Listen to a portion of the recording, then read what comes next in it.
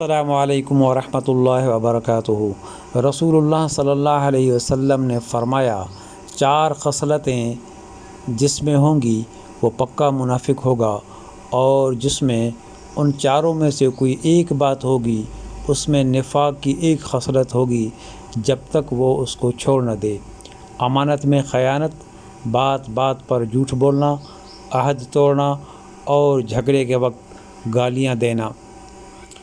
اور آپ صلی اللہ علیہ وسلم نے فرمایا، قیامت نہیں آئے گی یہاں تک کہ دریا فرات سونے کے ایک پہاڑ کو ظاہر کرے گا، اس پر لڑتے ہوئے ہر 100 میں سے 99 لوگ مارے جائیں گے، اور ان لڑنے والوں میں سے ہر کوئی کہے گا شاید میں ہی بچ جاؤں گا اور سارے سونے کا مالک بن جاؤں گا۔